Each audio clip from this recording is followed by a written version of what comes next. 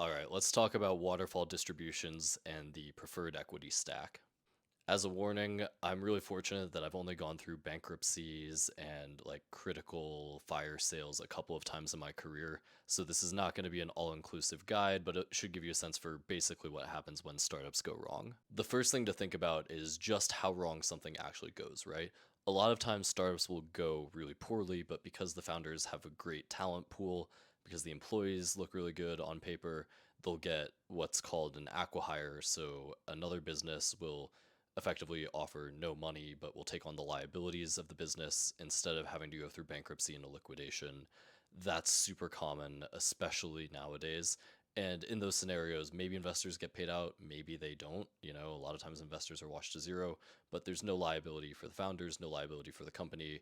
Far simpler legally for everyone involved. Most VCs are happy to get washed out if that happens. So, in the event of a bankruptcy, typically like a Chapter 7, for example, what will effectively go down is that the startup will liquidate all of its assets and start paying off its debts senior to what's called the waterfall distribution.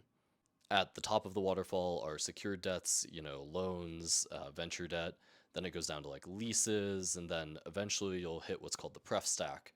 Venture capitalists have usually preferred equity. Safe holders, convertible notes would usually have preferred equity. So let's say that you raised $1 million, you sell your assets for $1 million. That $1 million will be used to pay off your debts. Then it will go first to the investors to recoup as much of their investment as possible. After the investors have been paid back, this is when the common shareholders are taken care of and when they get distributed whatever money is left from the assets of the business. As a founder, it would be very rare for you to have to pay any of that back yourself, unless you personally guarantee a loan and you liquidate below the point where those creditors have to pay back, which is why you should also never personally guarantee a loan, never use personal bank accounts when it comes to dealing with your startup. This is why venture capital is often pretty high risk. By the time you get through the waterfall, usually by the time you hit the pref stack, there may or may not be any money left. And so instead of, even if you sell a business for $1 million, $2 million, you still return nothing as a VC.